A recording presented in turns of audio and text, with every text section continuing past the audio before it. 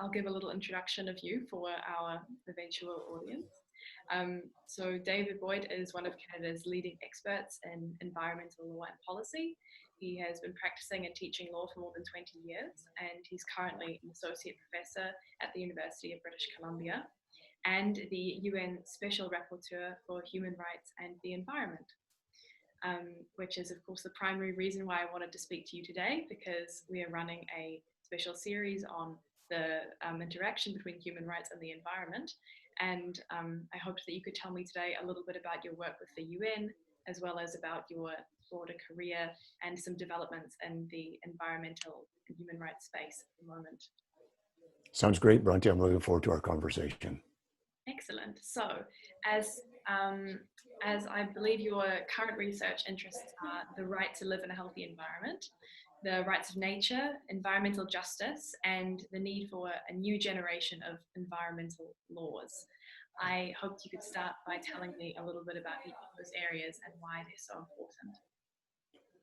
Well, look, I mean, my interests are really in finding solutions to the global environmental crisis, which we are all trapped in. I mean, I was just thinking about this morning as I was out running around the island, that we're living really in like this unprecedented time where it's like the four horsemen of the apocalypse, right? We have the global climate emergency, we have the meltdown of biological diversity, we have a water pollution crisis, and we have an air pollution crisis. And, you know, the magnitude of each of these problems on its own is daunting. And then when we take them together, it's almost overwhelming.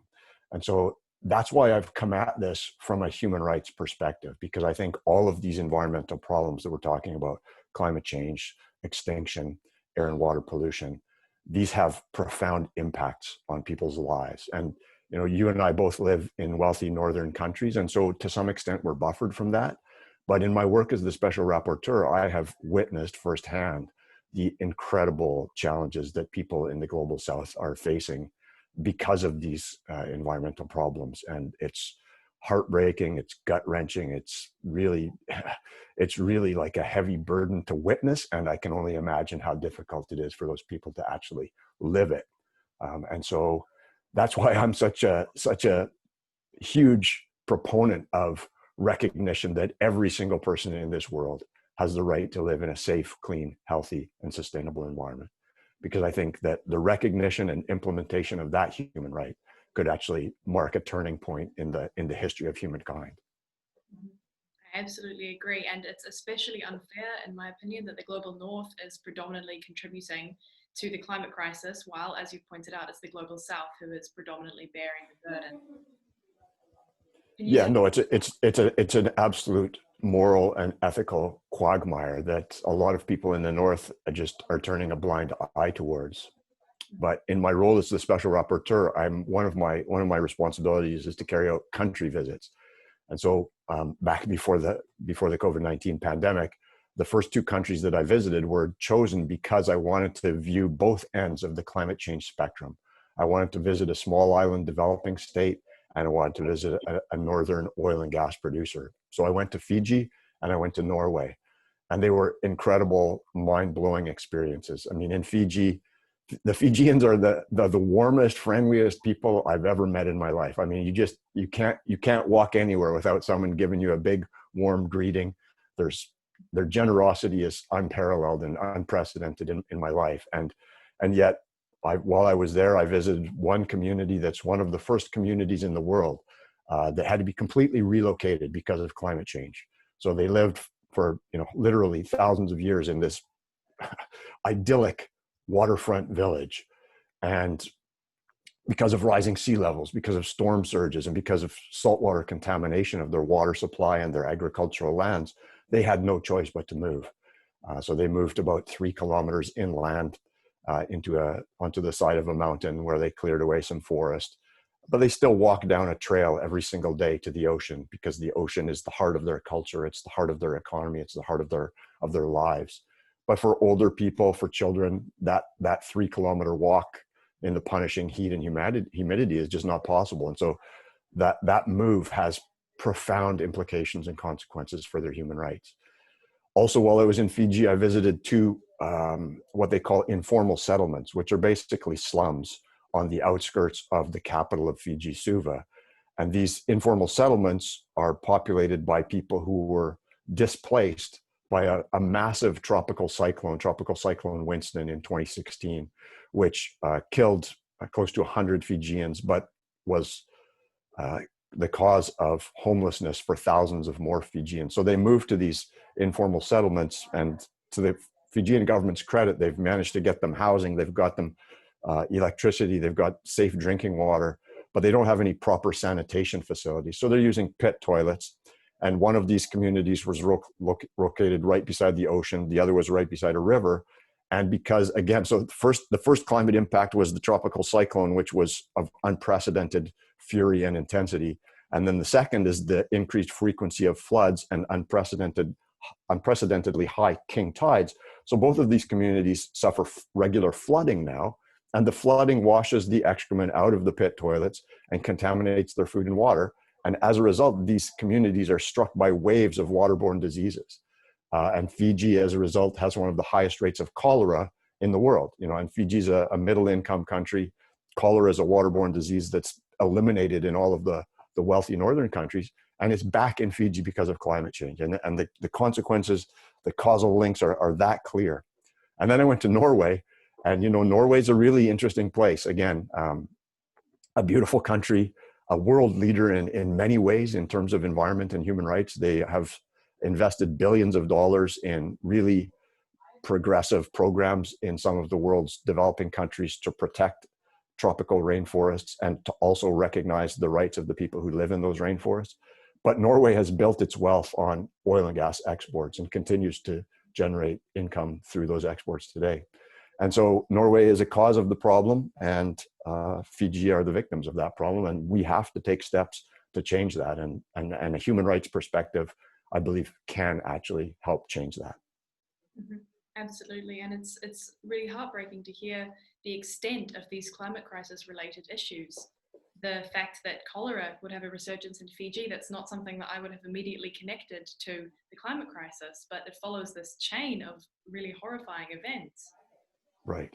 And people in the north are not immune, particularly, again, it's vulnerable people, it's marginalized people. So in Canada, where I live, it's Indigenous people who in the north, in the northern latitudes of the world, climate change has already, global warming has already increased average temperatures by 3, 4, and in some places 5 degrees a year, which is just having huge changes for the ecosystems upon which these Indigenous people have depended for thousands of years. When I was in Norway, I actually went north of the Arctic Circle and spent a few days with the Sami Indigenous people, whose people span across Norway, Finland, Sweden, and into Russia. And these are people whose culture, whose identity, whose economy is based on the traditional activity of reindeer herding. And because of climate change, and so in the winter, the reindeer basically roam free, and they, for thousands of years, have been able to scrape away the snow in northern Norway to get at the lichens and mosses that sustain them over the winter. But now, because of climate change, they're getting rain in northern Norway, north of the Arctic Circle, in the middle of winter, and the rain freezes on the ground, and the reindeer literally can't get to their food. So there's mass starvation of reindeer, and it's devastating to the Sami people. And again, it's not their fault. They've done nothing in terms of the global causes of climate change. So those are, and these, I could talk until midnight about the things I've witnessed. And it's just, as I said at the beginning, it's really heartbreaking to witness the challenges. Life is a challenge to begin with, but then you layer on these additional difficulties, and it's so unjust. Mm-hmm.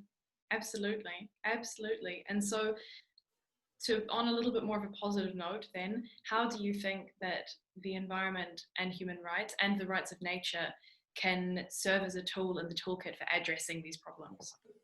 Yeah, and so right. So thank you for pivoting to the good news, because if we think back, Bronte, over the last couple of 100 years of human evolution, and we look at some of the most extraordinary changes that have taken place in a progressive, positive way, they're all connected to human rights. The abolition of slavery was abolitionists working so hard, using human rights, talking about freedom and liberty and ending slavery. When we talk about the women's movement that emerged in and really gained strength in the last century, I mean, that was based on women's right to equality, right? The civil rights movement in the United States, the anti-apartheid movement in South Africa, the indigenous peoples' rights movement that's taken off across the world, that produced the Declaration on the Rights of Indigenous Peoples. All of those changes have transformed society. And none of those changes were easy, but human rights was at the heart of each of those transformative battles. And so if we look at the global environmental crisis, it's super encouraging to recognize that this new human right, the right to a healthy environment, has taken off over the last 50 years and is now recognized in more than 80% of the countries of the world. 156 out of the UN's 193 nations recognize this right, either in their constitutions, in their legislation, in regional human rights treaties they've signed, or in decisions of their highest courts. And this has been what I've been working on for the last 20 years of my life, is trying to understand what difference does it make to recognize the right to a healthy environment. And so I've gathered stories from all over the world of people who have taken that right in just the same way that the civil rights movement took rights, the way that the women's rights movement used rights. And there are people from children and youth to grandmothers, to indigenous people, to environmental organizations, to human rights organizations, to governments, are changing the way that we interact with the natural world because of the right to a healthy environment. One of my favorite good news stories is the small Central American country of Costa Rica, which added the right to a healthy environment into its constitution in 1993. And since that time has undergone one of the most profound greenings or transformations of any country in the world. So, back then, approximately 30 years ago, deforestation had reduced the amount of rainforest in Costa Rica to less than 25% of the country. Since then, they've been just aggressively building back the forests, replanting forests, restoring forests. Now more than half of Costa Rica has forest cover. They've protected over 25% of that country in national parks and ecological reserves. They get 98% of their electricity from renewable source of electricity, wind, water, and solar power. They have got a carbon tax that they generate revenue from, and then they take that revenue and they assist farmers and indigenous people to protect their lands. They have outlawed open pit mining. They have prohibited offshore oil and gas development. And they have this really bold and transformative plan to become the world's first decarbonized country by 2050. And all of that, if you talk to the people of Costa Rica, it was the spark that led to those incredible changes was the recognition of the right to a healthy environment. And so that's just one example of how it can be a real game changer in people's lives. It's been used in Norway. In Norway, there's a fascinating lawsuit that's currently before the Supreme Court of Norway, where a bunch of young people and Greenpeace challenged the Norwegian government's decision to open up a new area of the Arctic Ocean for oil and gas exploration. As you probably know, the world has already discovered more oil, gas, and coal than we can possibly burn and stay within the 2 or 1.5 degree limits that nations agreed to in the Paris Agreement. So there's absolutely no rational justification other than greed for exploring for additional reserves of oil and gas. So Greenpeace and the Nordic Nature and Youth filed a lawsuit arguing that that decision is a violation of their constitutional right to a healthy environment under Norway's constitution. And that case was argued in November before the Supreme Court. So we're just waiting for a decision.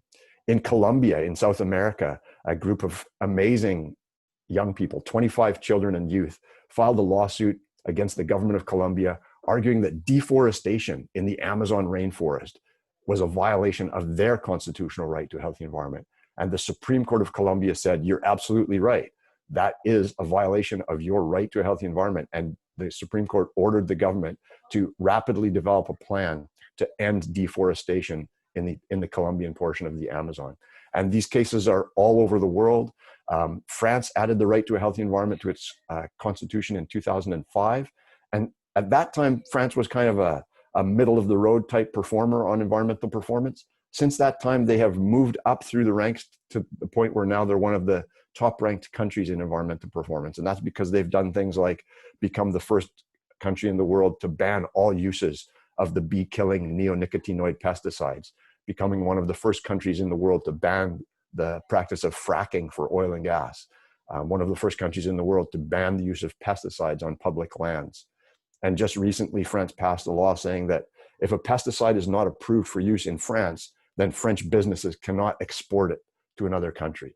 So, you know, all of those are great developments from a perspective of both the environment and human rights. Absolutely. And as you pointed out, these developments can move quickly. You know, 100 years ago, as a woman, I wouldn't have been allowed to vote in most countries.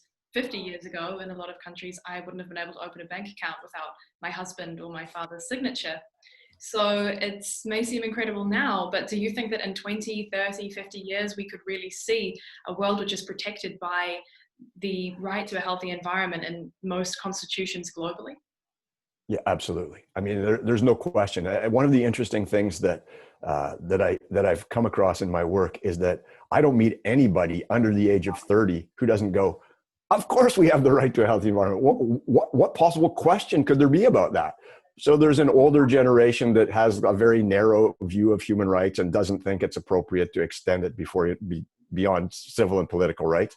That's okay. They're getting older. They're passing on. And this new generation, I'm absolutely 100% convinced will make the changes. And really, they're building on the work that's already being done. I mean, I talked earlier about the environmental crisis, but I also am profoundly committed to environmental optimism. And I believe that we are actually on a trajectory that's difficult to see because we're in the midst of it. But for example, the explosive growth of renewable energy is one of the most incredibly encouraging things, because we have to stop using fossil fuels as quickly as humanly possible. And we're actually well on the way to doing that. You know, last year, 90% of the new electricity generating capacity that was added in the world was renewable energy. So that's the complete reverse of where we were 15 or 20 years ago. The amount of solar energy in the world that's being captured by solar panels has gone from 1 gigawatt in the year 2000 to over 700 gigawatts this year, far exceeding the wildest, most optimistic expectations of Greenpeace and energy forecasters. So in that sense, we're on the right track. In terms of biodiversity, you know, just in September, there was a leaders summit, and leaders of the world have made this pledge to protect 30% of the planet by 2030. Costa Rica's already almost there. A bunch of countries actually are already past 30%. And we need to do that. We need to protect 30% of the planet to give other species a chance to survive. But we have to do that protection in a way that not only protects other species, but protects human rights of the indigenous peoples who occupy so much of that land that needs to be protected from the extractive industries that are feeding consumption in the north. Mm-hmm. Absolutely. And do you see countries which have a strong indigenous population, or who base their cultures and their constitutions more heavily on indigenous belief systems? Do you see these countries as being the way forward, as being the future leaders in this area? Yeah, I mean, there's no question that leadership has already been demonstrated. And that kind of takes us on to a topic that you mentioned earlier, and that's also near and dear to my heart, which is the rights, recognizing that nature as well has rights. So, you know, the history of Western society over the past couple thousand years has been to treat nature as a commodity that's just there for human beings to pillage and exploit. And what these indigenous communities, what these indigenous perspectives are telling us is that is actually like part of the root cause of the problem, and that we actually need to reconcile our relationship with the natural world by recognizing that it's not a commodity for humans to exploit. It's a community to which we belong. And you know, some people may scoff and say, you know, that's kind of an airy-fairy philosophy. It's not airy-fairy. It's rooted in, it's absolutely scientific. Human beings share DNA, the basic building block of life, with every other species that lives on this planet. So we are a community, and the sooner we realize that, the better. So in countries like Ecuador, they added the rights of nature to their constitution, a totally revolutionary move from a legal perspective. That was done just over a decade ago now. They've changed more than 75 laws and policies in Ecuador to incorporate the rights of nature.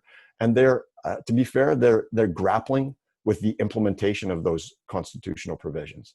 It's such a massive change of direction from the extractivist mentality that has dominated up until this time. But they're trying, and indigenous people are at the very forefront of that. Same thing next door in the Andes. Bolivia has a law on the rights of Mother Earth. Bolivia has been at the forefront of calling for a universal declaration of the rights of Mother Earth.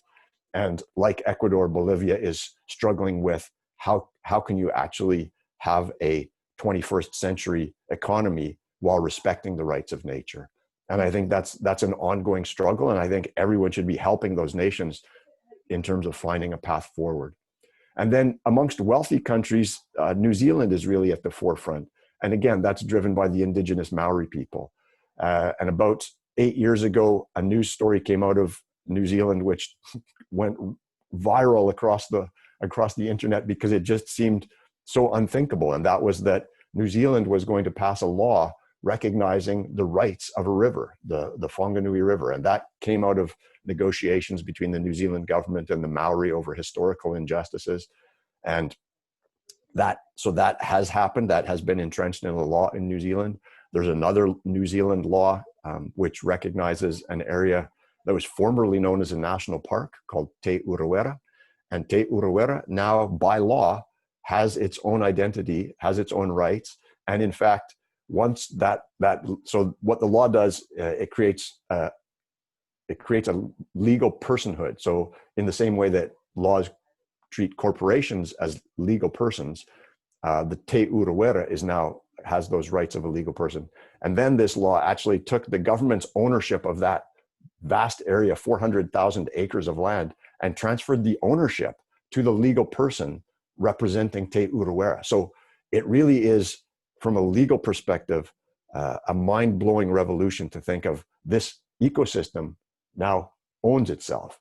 You know, if we look at a map, if you pulled out a globe or a map of the world, you'd be really hard pressed to find any land anywhere that human beings don't stake a claim of ownership to. And it's when you think about it in that way, we're one species amongst 8 million known species, and yet we have purported to own lock, stock, and barrel almost every square inch of this planet. I mean, it's incredible, the arrogance of the human species. Mm-hmm. Absolutely. I'm so glad that you mentioned New Zealand. I'm actually from New Zealand. Yeah, and yeah, I'm really proud of my little country and some of our steps forward there. And you're probably aware that by now there's actually a third legal person, which is an environmental entity in New Zealand, and it's Mount Taranaki. Yes. A mountain in the North Island. So now we have... Yeah, fantastic. And it's interesting too, because, you know, these things go hand in hand. New Zealand was the first country, or one of the first countries, to recognize the rights of women, one of the first countries to have a female prime minister, one of the first countries to have a female chief justice. And so all of these, and New Zealand, you know, they have a wonderful female prime minister right now. And I think all of these things kind of go together, right? I mean, you can create a virtuous cycle where recognizing these human rights opens the door to recognizing these human rights. And at the end of the day, if we kind of adopt the mentality of the Universal Declaration of Human Rights, then all of these human rights need to be recognized, respected, and fulfilled. Absolutely. And this is such an important debate going on at the moment, and discussion rather, is intersectionality in the environmental movement. How do you see our place as white, or for myself, Pakeha, white New Zealander, coming from, you know, developed global north countries? How do you see our place in this intersectionality movement within environmentalism? How do you think that we can open doors to let Indigenous voices, to let marginalized communities, to allow these, you know, these oppressed communities to come forward and have their say in environmentalism, and which is, you know, traditionally dominated, as is everything, by wealthier, white, typically male individuals? Right. And so I'm sitting here, I'm white, I'm male, I'm Canadian, I'm part of a wealthy nation. None of which is your fault. No, but I'm part of a system in which these values are embedded. And so what I can do is I can learn about these different perspectives. And I've been incredibly fortunate in my work as a Canadian environmental lawyer to learn from some extraordinary Canadian Indigenous people. And that has changed my life and changed the trajectory of my career. And I used my position at the United Nations as a special rapporteur to really advocate for the right to a healthy environment. You and I don't really need the right to a healthy environment. I mean, we already live in places where, relatively speaking, we can turn on the tap, we have safe drinking water, we can go for a walk, the air, at least where I live, the air quality is terrific. These global environmental challenges are of most harm to the people who are the most vulnerable and the most marginalized. And that's where the intersectionality comes in. I mean, you asked me at the beginning how my day was going, and my answer was, it's been a challenging day. And that's because today in London, a coroner released a report which, for the first time in the world, as far as I'm aware, pointed the finger at air pollution as the cause of death of a young girl, a young Black Briton who died 7 years ago after a terrible series of. She had asthma, and she lived in a poor part of London, England, which has terrible air quality. And every time there was a particularly bad air quality day, her asthma would be exacerbated, and she was taken to hospital literally dozens and dozens of times, and then she would be treated and released. And then one time she was taken to hospital, and they couldn't save her. And her mother has courageously fought for 7 years to have the system recognize that her death was caused by air pollution. And that's an example of someone who's Black, poor, a child. And so part of my job is to just tell those stories, as heartbreaking as they are. And so I'll stop talking for a minute. This is a particularly heartbreaking one. I'm really horrified to hear this story. Yeah, and it's the tip of the iceberg, right? Because air pollution kills 7 million people every year. And I understand that the COVID-19 pandemic has been horrible. It's been awful. It's killed over 1 million people who didn't need to die. But air pollution kills 7 million people every year. And most of those people are poor people. Most of those people are people of color. And it's not a headline story because of their marginalization. And so my job is to just amplify their voices, tell their stories, and do everything humanly possible to change the system that allows that to happen. I mean, of those 7 million premature deaths, 600,000 children under the age of 5. As a parent, I can't even imagine the pain of losing a kid because they were breathing dirty air. It's unfathomable. And yet those numbers are so large that they're inhumane. They're hard to digest. And it's not until we have a kid like this 9-year-old from the UK, we can put a face on it that we can actually, that our emotions can deal with that. Mm-hmm. Mm-hmm. And it's like you say, I've never heard this number before. It's a shocking number, 7 million every year, you say, that of people who die from air pollution, but it's not in the headlines. It's not seen as a crisis in the way that many other health issues are seen as a crisis. Like, for example, the COVID-19 pandemic, which is a crisis. How do you think that we can amplify these stories and these issues, especially as allies of these marginalized communities? What do you think is the best work that we can do to raise up their voices and to see these kind of environmental issues as the crises that they are? Well, I mean, there's a lot of different things that people can do. I'll say what I'm trying to do. And so one of my priorities as the Special Rapporteur is to convince the nations of the world that the United Nations needs to step up and pass a resolution that recognizes everyone, everywhere has the right to live in a healthy environment. And some people will understandably say, well, what difference does a UN resolution make? Well, my answer to that is, it makes a hell of a big difference. And the example I'll give is that 10 years ago in 2010, the United Nations passed for the first time a resolution recognizing that everyone has the rights to water and sanitation. And since that time in 2010, countries have put those rights in their constitutions. They've put them in legislation. They have amplified the budgets and accelerated the implementation of programs to deliver on those basic human rights. And where I'm from in Canada, 10 years ago, Canada didn't even vote in favor of those UN resolutions. We were opposed to recognition of the right to water. which is an absolute disgrace for this country, a country that's so water wealthy, but a country where indigenous peoples, over 150 indigenous communities in Canada a decade ago didn't have access to safe drinking water, an absolute travesty of injustice. And yet those UN resolutions, which we didn't support, resulted in us changing our policy. And in the last 6 or 7 years, we have spent over $2 billion providing the infrastructure necessary to provide safe drinking water and proper sanitation to these remote indigenous communities. We've succeeded in doing that in almost 90 communities. We have about 60 to go. The government's working on those. But for those people in those communities, that's an absolute life-changing circumstance. And that traces right back to that UN resolution. So getting a UN resolution is a powerful, powerful thing.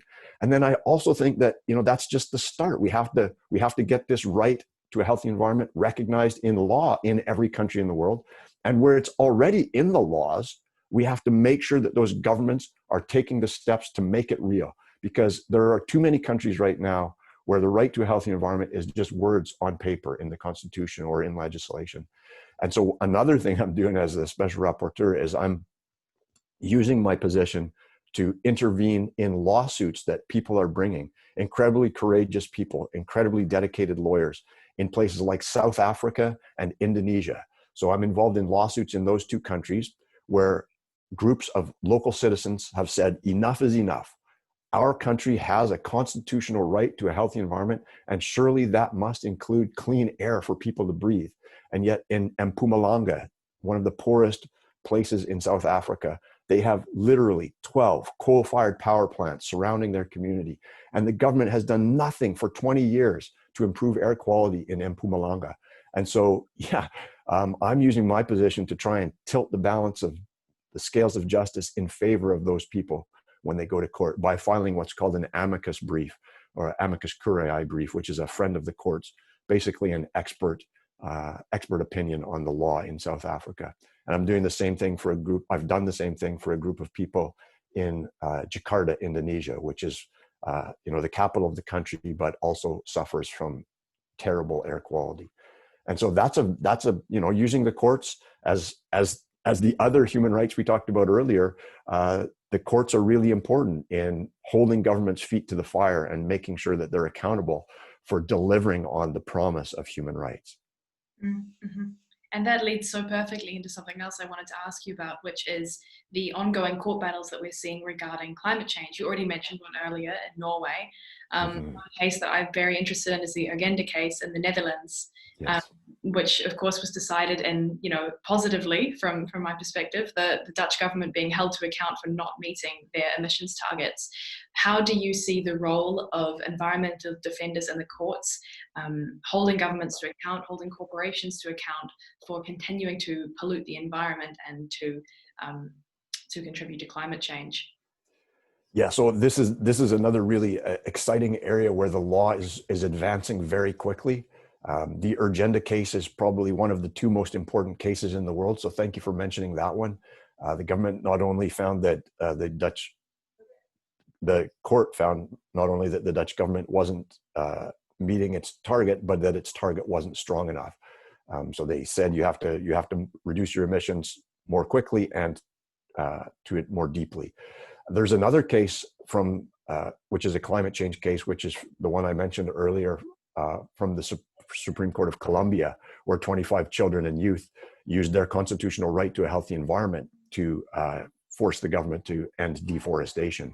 And there are cases all over the world where young people, old people, indigenous people are using human rights to really try and force governments to act with the urgency that the science and the youth of the world have made crystal clear. The Intergovernmental Panel on Climate Change said we need rapid, systemic, and transformative changes in all aspects of society if we're going to confront the global climate emergency.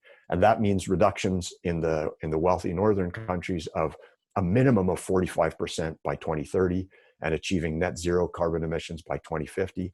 And one of the ways that we can accelerate that process is through these lawsuits. So another example of a case that I'm involved in a number of political parties in Brazil filed a lawsuit against the Brazilian government, again, based on their constitutional right to a healthy environment. So you see there's a theme emerging here, right? In Norway, in South Africa, in Indonesia, in Brazil, Colombia, these cases based on the right to a healthy environment.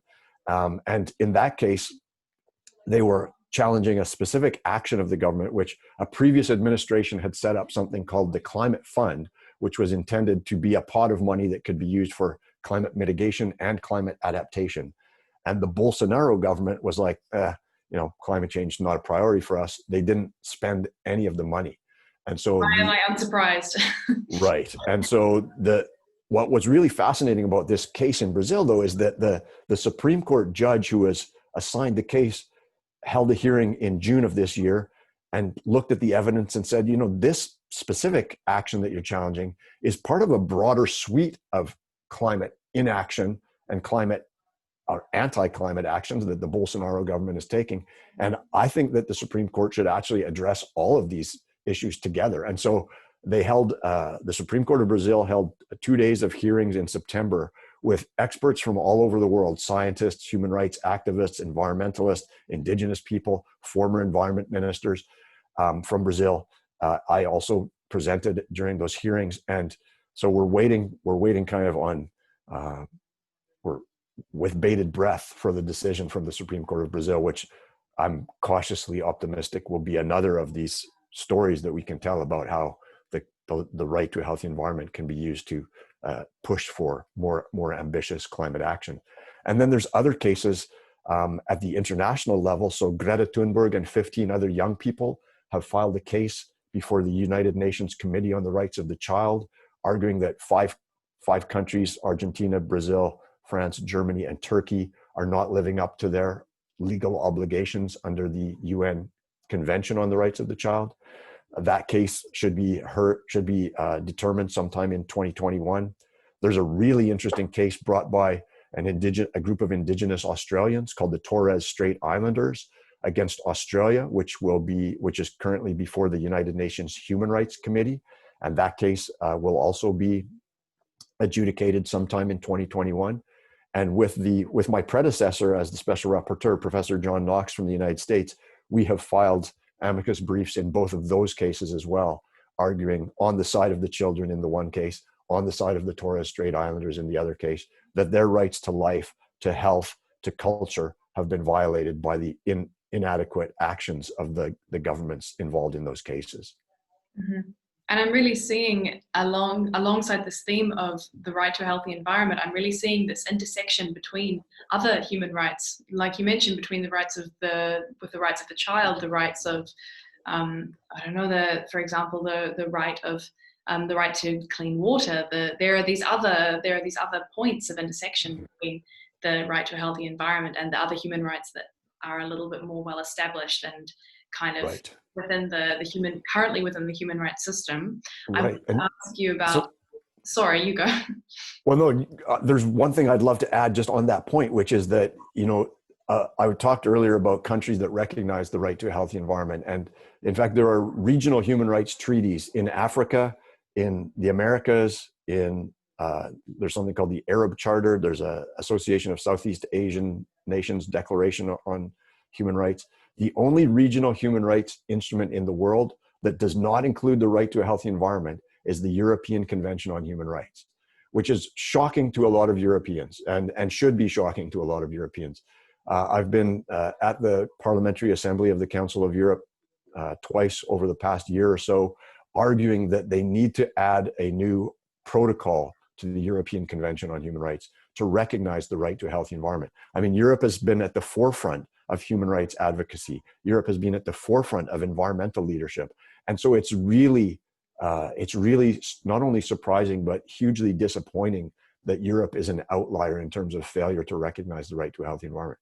But as you said, other human rights that are in the European Convention are now being used in the climate change context. So just in the last 2 months, we've seen a new case filed at the European Court of Human Rights by 6 Portuguese youth, arguing that 33 European countries have violated their human rights by their lack of action on climate change. And there's another case one of my favorite climate change cases being brought by a group of Swiss grandmothers who brought a case in the Swiss courts and just received an absolutely terrible decision from the highest court in Switzerland saying, your case is premature. We won't know if the world has surpassed 1.5 degrees or 2 degrees until sometime after 2030. So, come back to court then. And these Swiss grandmothers are having none of that. And so they're taking their case to the European Court of Human Rights. And I think they have a terrifically strong case. But they will argue it on the basis of the right to life and the right to privacy and sanctity of the home, which is Articles 2 and 8 of the European Convention on Human Rights. Mm-hmm. And this is really an effective tool while we're waiting for a right to a true, right to a healthy environment, or a human right to a healthy environment recognized at these highest levels, is to use these other human rights as a conduit, right? And Absolutely. I wanted to ask you about a similar circumstance, the right to statehood or nationality, nationhood, or alternatively the right to asylum, because I think a lot of us in the environmental movement are well aware by now that we're facing an environmental refugee crisis in the coming years, especially if we don't take drastic steps immediately to mitigate climate change. And there is an enormous problem that, of course, under the UN Convention of Human Rights, a climate displaced person is not technically a refugee. They don't fall under the legal definition of a refugee because they're not fleeing from political persecution. This is something that I have researched a lot coming from New Zealand. It's obviously a very pertinent issue, and particularly in the Pacific and the South Pacific, we're going to be seeing a wave of climate change refugees or climate displaced persons. And how do you think we can navigate these issues in lieu of a proper recognition of a climate refugee, or a proper recognition of the right to a healthy environment by the UN? Well, Bronte, you're absolutely right that these environmental migrants do not fall under the convention definition of a refugee, and that was upheld in a recent case involving New Zealand, where a man and his family from Kiribati were attempting to gain refugee status in New Zealand and were unsuccessful. Went through the court system, were unsuccessful. Actually brought their case to the UN Human Rights Committee, and the Human Rights Committee, in a decision that had some interesting elements, found that it wasn't yet, they couldn't say that this individual and his family, that their rights to life were already sufficiently threatened, that they could be sent back to Kiribati and they could continue to live in Kiribati without their right to life being threatened, saying it may be 10 years or 15 years before that threat actually crystallizes. But we're talking about potentially hundreds of millions of people whose lives will become untenable because of drought, because of famine, because of floods, because of these increasingly frequent and severe storms. And so it's absolutely incumbent upon us to do everything in our power to prevent those catastrophes from happening, but also to recognize that it's pretty late in the game, and that some level of migration is almost inevitable, and we better come up with improvements to the system so that we can handle this. Mm-hmm. And it's interesting that you say that we're pretty late in the game. But on the other hand, the courts are saying to this incredible group of Swiss grandmothers and to the Kiribati national who appealed to the New Zealand Supreme Court and then to the Human Rights Court, that they are being told that it's too early to bring these legal challenges. And yet at the same time, we're missing our opportunity to correct the real problems. We're missing our opportunity to prevent these from becoming legal issues at all. Yeah, no, it's frustrating. And so that really, to me, just emphasizes how critically important it is to continue the advocacy. I think that we're seeing some pretty profound shifts in some of these countries like Japan, China, and South Korea, talking about becoming net zero by the middle of this century. Those are really encouraging signs. I think that the youth climate movement that was just had such incredible energy last year before the pandemic broke out. Those kids haven't gone away. They've gone online, and I've been part of some amazing online events, but those events don't have the same public reach that the strikes and the street demonstrations have. When this pandemic ends, young people will be, mark my words, back on the streets in the millions, And I think that's going to just turbocharge the change that we need to see. Mm-hmm.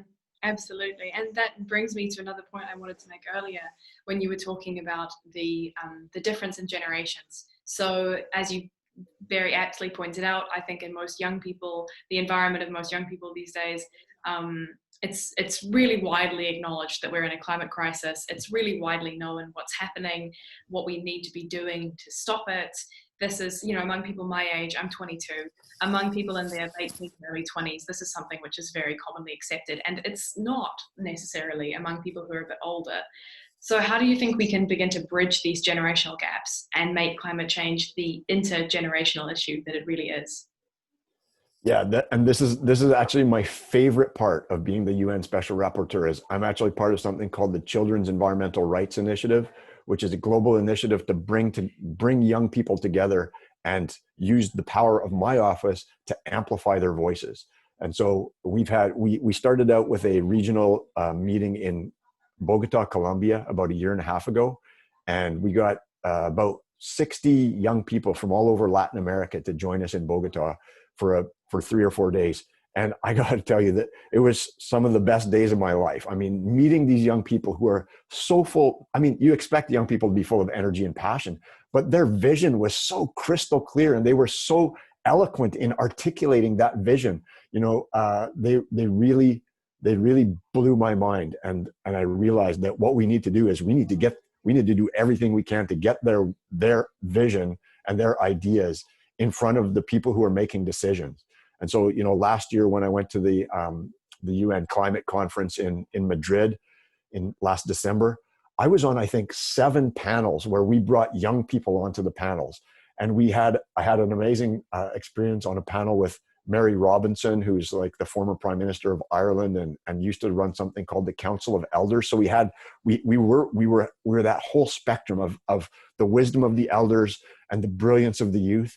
And I like the energy in those rooms, it was just like the roof was blowing off that conference center in Madrid. It was incredible, the energy. And the one thing that I think still, the one place where we fell short is we were having these incredible events with like hundreds of people like standing on their feet and shouting. And it was the next building over where the presidents and the prime ministers and the environment ministers were still dragging their heels and still talking about stuff that really doesn't matter, that we just have to shove out of the way. And they still had, the titans of industry whispering in their ears, economic problems, slowdowns, job losses. All of that is just crap that needs to be taken off the table. And we need to put the young people right there at the table with the decision makers. And that's the final step that we haven't yet made. But we're, like there's all these young people. And what I say to them is like, okay, activism's great. You should start running for office. You should run for political office. You should run for local government. There's a couple of countries like Suriname that now have youth parliaments. France has a youth parliament. So young people have their own parliament. And then those youth parliaments get together with the actual like older adult parliaments. I think that's a really interesting idea. I think there's a bunch of countries that have lowered the voting age. And man, that's when you get 16-year-olds and 17-year-olds with their worldviews, they're not going to vote for politicians who don't understand the importance of taking action on the climate emergency and protecting the environment. So that changes the political calculations. And so I think there's a tremendous amount of energy and hope. And I know that for a lot of young people, it's been a really tough year. I feel that 2020 like a bit of a write-off. Yep. And it's a heavy weight, right? I have a 14-year-old daughter who's a climate striker, and I'm so proud of her, but it's also like really hard for her because she's like, it was actually kind of fun before COVID, when you could go and stand in downtown Victoria or downtown Vancouver with thousands of other young people. Like that was that built back your spirit. But, it's a heavy load to think about the global environmental crisis, and to think about extinction of species, and to think about all these horrific pollution deaths that are happening to people who aren't as privileged as we are. And, kids should be having fun. So there's kind of a double-edged sword where I think that I admire these young people. I do everything I can to give them space and to amplify their voices. But I also think we have to come back to the people who have the power today, the adults, the decision makers, and say, don't put the weight on the next generation. You have to do something now. We still have time. We still have the opportunity to transform this world. I heard a beautiful speech by the Prime Minister of the Barbados yesterday, Prime Minister Mia Mottley, who's a Black Barbadian, the first woman Prime Minister of that country. And she gave this fire and brimstone speech about how, this is the worst of times, but it's also the best of times. And we have to take advantage of the opportunities that we have, because we have the solutions, we have the technology, we have the ingenuity, we have the people power to get stuff done. We just have to stop doing things the old way and start doing them the new way. And like the Barbados, which is like, it's a middle income country, their goal is to be fossil fuel free by 2030. Like, that's the most radical goal of any country on earth, under a woman leader who's Black. And we should all be listening to Mia Mottley and doing what she tells us to do. Mm-hmm. Absolutely. And that brings me to the question, what do you think a Green New Deal, or any variation thereof, any other name that people can give it, what do you think a Green New Deal can contribute to the environmental transition that we need in the global north and in countries like Canada and the USA, for example, that are industrial powerhouses? Yeah, no, I really do think this is like the opportunity of a lifetime, right? Governments are going to be pouring literally trillions and trillions of dollars into economic recovery. And not one penny of that should go to coal or oil or natural gas or highways. It should all go into renewable energy. It should go into providing people with the basics of water and sanitation. It should go into education and healthcare. And if we spend that money right, then this is going to be looked back on as a watershed moment in human history, where we finally took advantage of the opportunities to seize a green and bright future for people. And what's really interesting is that 60 years ago, I learned this in a conversation with friends in Costa Rica. 60 years ago, Costa Rica decided that they didn't need to have an army. They were a small country. They're like, how are we going to, if somebody wants to invade us, they're going to invade us. We're not going to invade anybody. So why not take all that money we're spending on the military and put it into education and healthcare? Let's educate our people. Let's make them healthy. And that decision, Costa Ricans look back on that decision with enormous pride, as like the moment their country just took a new direction. And they now have like a rate of literacy that's the same as Canada and the United States. They have a life expectancy that's longer than Americans and close to Canadians. And they have put together this incredible environmental record that I spoke about earlier. We need to do that as a world. We need to change our priorities. War is so destructive. I mean, one of the other things, I was on the phone this morning with the ambassador to the UN from Azerbaijan, where they've just had this war between Azerbaijan and Armenia. They've left behind an absolute environmental catastrophe. The forests have been destroyed. The water's been poisoned. To what end? I mean, it's just absolutely nonsensical. If we took those trillions of dollars we literally waste every year on arms and military, and put those into people's education and people's basic human rights, we could have a world that all of us would be thrilled to be part of in 20 years. We could, we talk about the United Nations Sustainable Development Goals 2030. That's an incredibly ambitious and brilliant vision for the future. I think that, just to be completely honest, if we did everything in our abilities as quickly and as effectively as possible, I don't think we could quite get there. That's how ambitious they are. I don't think we can get there in 10 years, but I think we could get there in 20 years. And I think that's a hell of a goal to aim for. No poverty, no hunger, no inequality. I mean, why not? Why not have a world that represents the values that are the best humans bring to the table? Mm-hmm. Like you say, it's about priorities. And to come back to the environment should be the number one priority.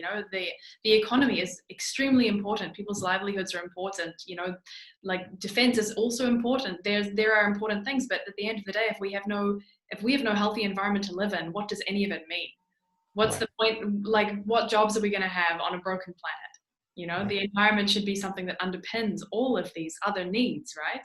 It Absolutely. should be top of the list. And at the moment, it's just not. And I don't understand how we can make these authority figures and these powerful figures see that. Yeah.